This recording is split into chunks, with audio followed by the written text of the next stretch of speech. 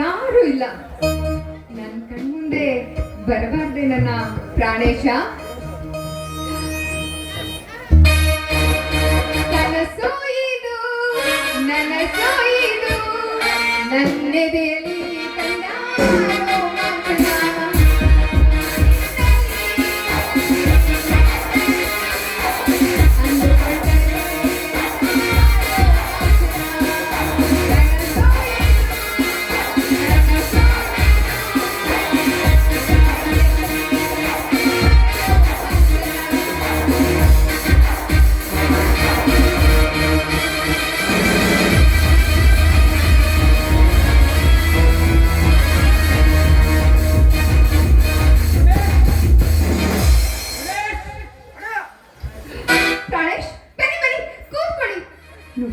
ಮೇಲಿಂದ ಮೇಲೆ ನೀವು ನನ್ನ ಮನೆಗೆ ಬರ್ಲಿಲ್ಲ ಅಂದ್ರೆ ನಿಜವಾಗ್ಲೂ ನನ್ನ ಪ್ರಾಣ ಉಳಿಯೋದಿಲ್ಲ ಪ್ರಾಣೇಶ್, ಪ್ರಾಣ ಉಳಿಯೋದಿಲ್ಲ.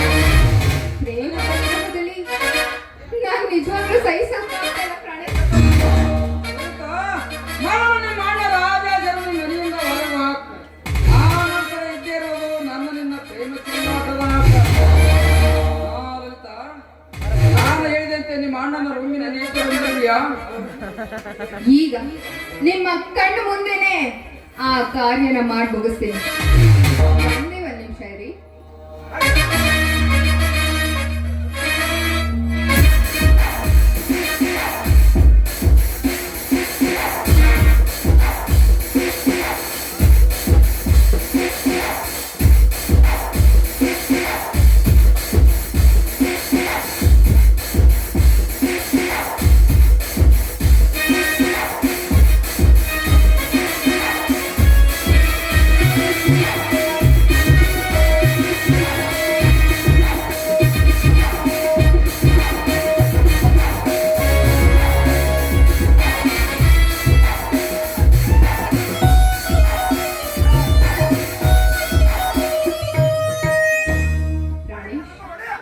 ನಿಮ್ ಕಣ್ಮುಂದೆನೆ ಈ ಕಾರ್ಯನ ಮುಗಿಸ್ತೀನಿ. ನಿಮ್ಮ ಮಂತ್ರದಂತೆ ನೋಡ್ತಾ ಇರಿ.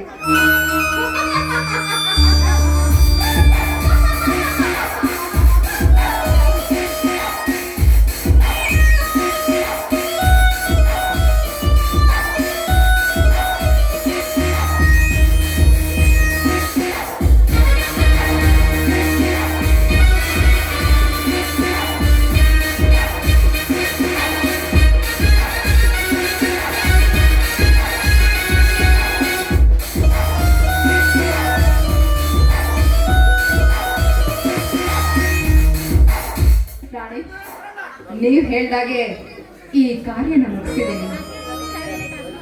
ಲಲಿತಾ, ಈ ನಾನು ಹೋಗಿ ಬರ್ತೇನೆ.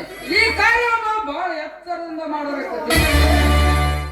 ಆಯ್ತು ಡಾರ್ಲಿಂಗ್, ನೀವು ಅದ್ರ ಬಗ್ಗೆ ತಲೆ ಕೆಡಿಸ್ಕೊಳ್ಳಿ.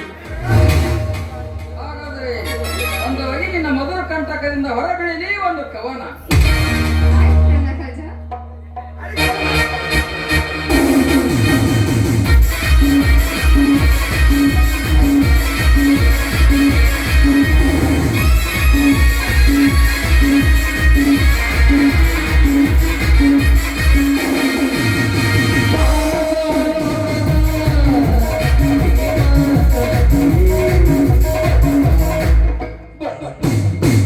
Sorry, sorry, sorry.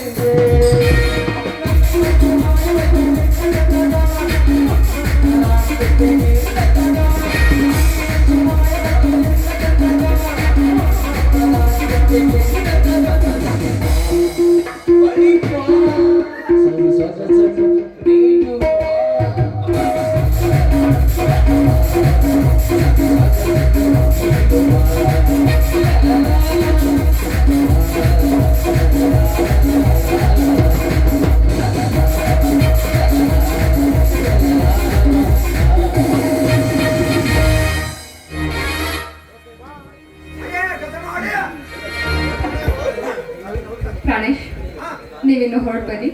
ಬಾಯ್ ಬಾಯ್.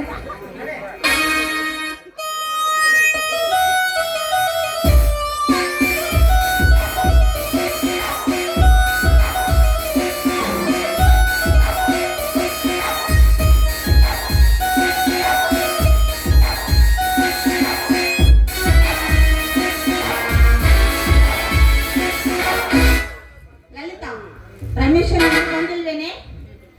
ಇಲ್ಲ ಮಮ್ಮಿ, ರಮೇಶ ಇನ್ನ ಬಂದಿಲ್ಲ.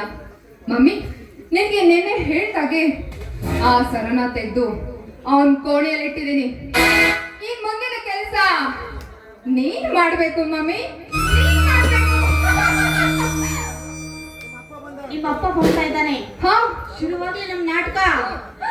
ಅಯ್ಯೋ! ಅಯ್ಯೋ ಮಮ್ಮಿ!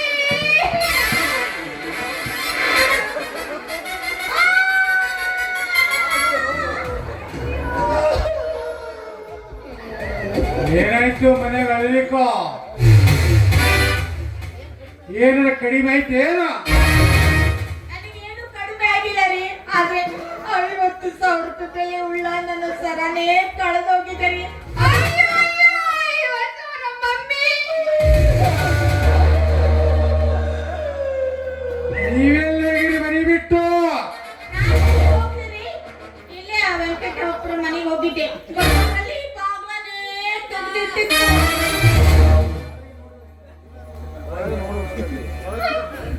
ಒಳಗ್ ನೋಡೋಷ್ಟ್ರೊಳಗಡೆ ಟ್ರಂಕ್ ಹೊಡ್ದಿತ್ತು, ಆದ್ರೆ ಸರ ಇರ್ಲಿಲ್ಲ ಅಪ್ಪಾಜಿ. ಅಯ್ಯೋ, ಲಲಿತಾ, ಯಾಕೆ ಅಳ್ತಾ ಇದೆಯಮ್ಮ? ಬೇಗ ಪೊಲೀಸ್ ಸ್ಟೇಷನ್ಗೆ ಫೋನ್ ಮಾಡಿ ಬಾ ಅಂತ ಹೇಳಮ್ಮ. ಆಯ್ತು ಮಮ್ಮಿ, ಆಯ್ತು. ಏಕಮ್ಮ ಪೊಲೀಸ್ ಸ್ಟೇಷನ್ ಹೆಸರೇಕೆ ನಮ್ಮ ಮನೆಯಲ್ಲಿ? ನಮ್ ಬಾಳೆಲ್ಲ ಹಾಳಾಗೋಯ್ತಪ್ಪ, ಏನಾಯ್ತಮ್ಮ? ಆಗುದಾದರೂ ಹೇಳು. ಅಣ್ಣ, ಅಣ್ಣ, ಅಯ್ಯಯ್ಯೋ, ಅಯ್ಯಯ್ಯೋ, ಟ್ರಂಕಲ್ಲಿ ಇಟ್ಟಿದ್ದ ಸರ ಕಾಣಿಸ್ತಾ ಇಲ್ಲ. ಅಯ್ಯಯ್ಯೋ. ಹೋಯ್ತೆ, ಸರ ಹೋಯ್ತೆ.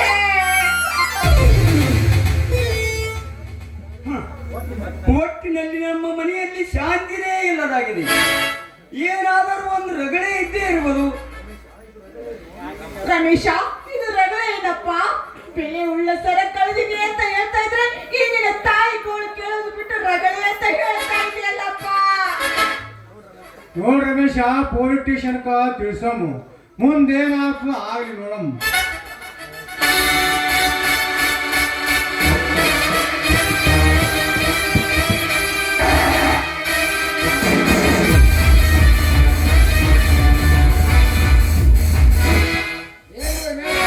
ಏನೋ ಪೊಲಿಟಿಷಿಯನ್ ಅಂತ ಅನ್ನುತ್ತಿದ್ದೀರಲ್ಲ?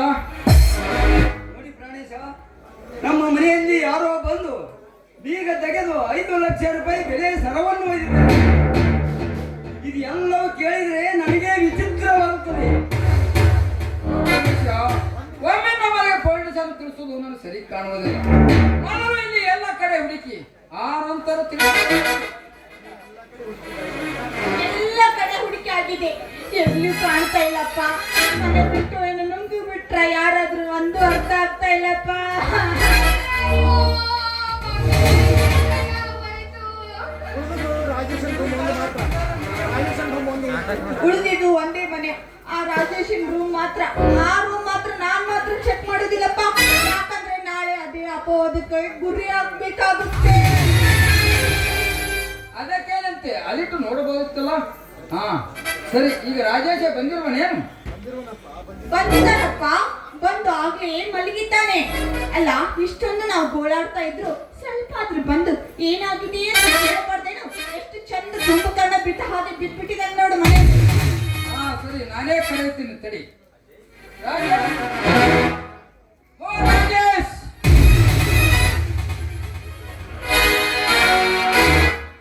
ಏಕೆ ಕರೆದರೇನು ನನ್ನನ್ನು? ಹೌದು, ನಾನೇ ಕರೆದೆ. ನಿಮ್ಮ ಮನೆಯಲ್ಲಿ ಒಂದು ಮುತ್ತಿನ ಸರ ಇಲ್ಲದಾಗಿದೆ ಅಂತೆ. ಎಲ್ಲ ಕಡೆ ಹುಡುಕಿದು ಆಯ್ತು. ಇನ್ನು ಉಳಿದಿರುವುದು ನಿಮ್ಮ ರೂಮ ಮಾತ್ರ. ಅಲ್ಲಿಟ್ಟು ನೀವು ನೋಡಿಬಿಡಿ. ಅಲ್ಲಾದ್ರೂ ನೋಡಬಹುದಾಗಿತ್ತಲ್ಲ, ಯಾರು ಬೇಡ ಅಂತಿದ್ದಾರೋ ಅಲ್ಲಿ ನೋಡಬಹುದು.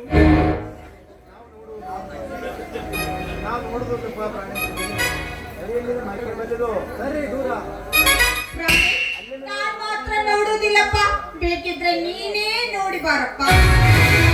ಆಯ್ತು ಸರಿ, ನಾನೇ ನೋಡಿ ಬಿಡುತ್ತೇನೆ. ರಮೇಶ್, ನೀವಾದರೂ ಬನ್ನಿ ನೋಡೋಣ.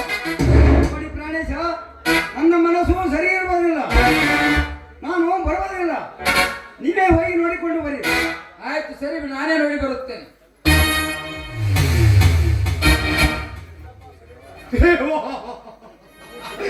ಇದೆಲ್ಲವರು ನೋಡಬೇಕಾದ ನನ್ನ ವೈನಾದ, ಎಲ್ಲವರು ನೋಡಿ ನೋಡಬೇಕಿತ್ತು ನನ್ನ ವೈವಾದ.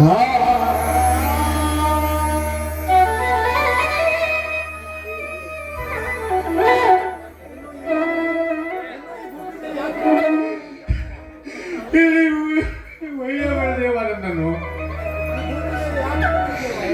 ಈ ಭೂಮಿ ಮೇಲೆ ಯಾಕೆ ಇಟ್ಟಿದ್ದೇವ ನನ್ನ ವೈಯ ಮಾಡಿ ಎಲ್ಲವನ್ನು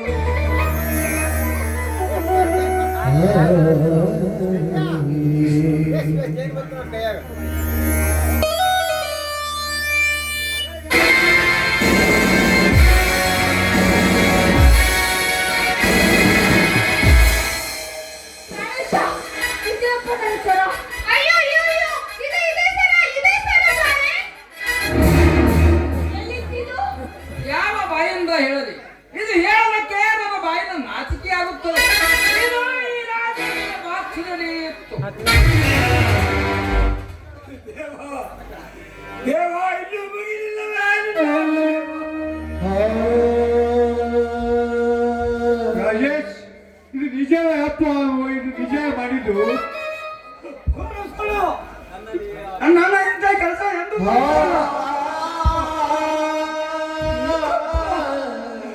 ನನ್ನಲ್ಲಿ ಅವಿಶ್ವಾಸ ಹೊರಬಿಟ್ಟಿದೆ. ಸತ್ಯ ಆಗಲಿ ಬೇಕಾಗುವುದಪ್ಪ, ಬೇಕಾಗುವುದಪ್ಪ. ಅಲ್ಲ, ದೈವದಲ್ಲಿ ಆಗುವುದನ್ನು ಸತ್ಯವಿರುವುದಪ್ಪ. ಸುಳ್ಳು ಸುಳ್ಳು ನನ್ನ ಮಗ ಇಂತ ಹೇಳಿ ಕೆಲಸ.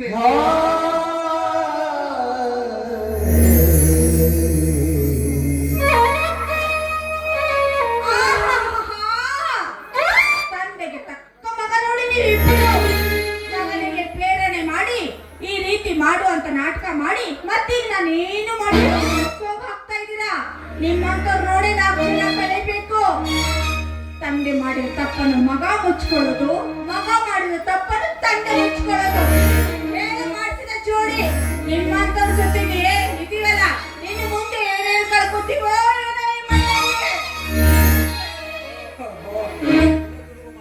ಅಮ್ಮ, ಇನ್ನು ತುಳುಗು ಮಾಡುವ ಮಗನಿದ್ದರಲ್ಲವೇ ಮನೆಯಲ್ಲಿಯ ವಸ್ತುಗಳು. ಅಮ್ಮ, ನೀನು ಏನು ತಪ್ಪು ತಿಳಿದುಕೋ ಅಮ್ಮ. ಹಾಗೆ ನನ್ನನ್ನು ದೊಡ್ಡವನಾಗಿ ಮಾಡಿದ ಉಪಕಾರವನ್ನು ತೀರಿಸಬೇಕಂದರೆ ಆ ವಿಧಿ ಒಂದೇ ಸಲ ನನ್ನ ಬೆನ್ನು. ಅಮ್ಮ, ಮುಂದಿನ ಜನ್ಮದಲ್ಲಿ ಆದರೂ ನಿನ್ನ ಉದರದಿಂದ ಹುಟ್ಟಿ ಬಂದು ನಿಮ್ಮೆಲ್ಲರ ಸೇವೆಯನ್ನು ಸಂತೋಷದಿಂದ ಮಾಡುವನಪ್ಪ. ಅಮ್ಮ, ಅಮ್ಮ, ಇನ್ನು ಹೋಗಬೇಕಮ್ಮ. ಅಮ್ಮ, ಒಳ್ಳೆಯದಾಗಿ ಆಶೀರ್ವಾದ ಮಾಡ್ತಾಯಿ, ಆಶೀರ್ವಾದ ಮಾಡ.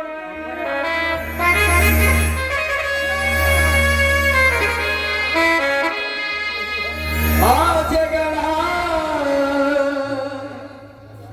ಲೋಕದಲ್ಲಿ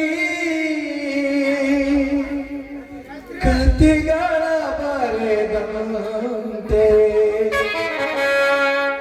ಜೀವನದ ನೇರು ಮಾಡಿದ್ವಿ ಅಣ್ಣ, ನೇರು ಮಾಡಿ ಪುಟ್ಟಗಳಲ್ಲಿ ಮುಳುಗಿಸಬೇಕಂದಿರುವೆ ನನ್ನ, ಮುಳುಗಿಸಬೇಕಂದಿರುವೆ. ನೀನು ಹೋದರೆ ನಾನು ನಿಜವಾಗಿ ಜೀವಿಸಲಾರೆ ಅಣ್ಣ, ನಿಜವಾಗಿ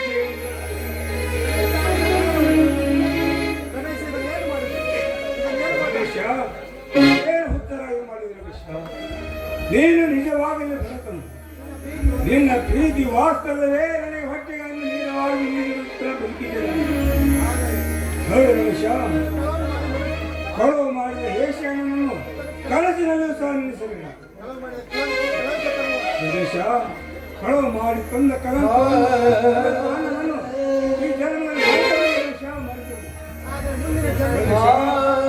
ಈ ಜನ್ಮದಲ್ಲಿ ನಮ್ಮಿಬ್ಬರ ಪ್ರೀತಿಯ ಬರವು ಉಳಿಯಿತು. ಆದರೆ ಮುಂದಿನ ಜನ್ಮದಲ್ಲಾದರೂ ಇದೇ ತಾಯಿಯ ಹೊಟ್ಟೆಯಿಂದ ಹುಟ್ಟಿ ಬಂದು ಇವರೆಲ್ಲರ ಸೇವೆಯನ್ನು ಸಂತೋಷದಿಂದ ಮಾಡುವುದು. ನಾನಿನ್ನು ಹೋಗಬೇಕು. ಅಣ್ಣ, ಹೋಗಬೇಕು. ಯಾರಿಗೆ ಯಾರು ಯಾರು ಇಲ್ಲ ಯಾರಿಗೆ